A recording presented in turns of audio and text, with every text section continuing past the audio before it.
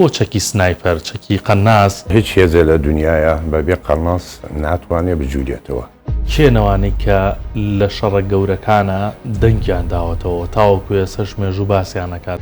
مە قەناسێکی کوردی باشمان هەبوو موسا Komani artık dırlar şavtine. Serbilinde! Komani serbilinde! موسا زۆر بەرزە لە بەکارهێنانی تفەنگەیە. ڕێ ئەو زەلامە لەدایک بووە بۆ ئەو تفەنگە. توانای سەربازی ئەو کاتی عێراق بکەین و هەمان کاتیش ئەمریکایانی. عێراق بە هەمووی ئەو 9 فڕۆکەی مێک 29 هەبوو.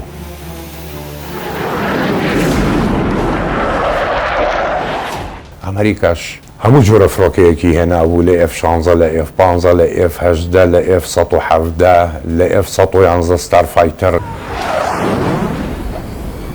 فڕۆکەی تۆرنادۆ تای هەموو فڕۆکەکانە کە لە نزمی ئەفڕێ و چی گۆڕانکاریە لە موشەکەکان و چەکەکانی ئێرانە ڕوویداوە. ئێستا کە کەوتووەتە فەتاح دوو کە دروستیکە هایپەرسۆنیک میساڵ سورعەتی ئەگاتە 18,000 کیلومتر لە سەعاتێکە بۆ ماوەی 5 دقە لە ئێرانەوە گاتە تەلەبیب. کێنە وڵاتانی کە سەردەستەن لە ژێردەریاییە؟ تۆپ دە گەورەترین سوبمارین ژێردەریایی جیهانە حوتی رووسیە.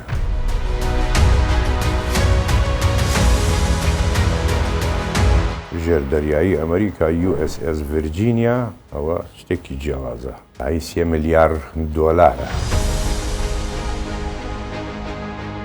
ئەمریکا، رووس، چین، ئێران.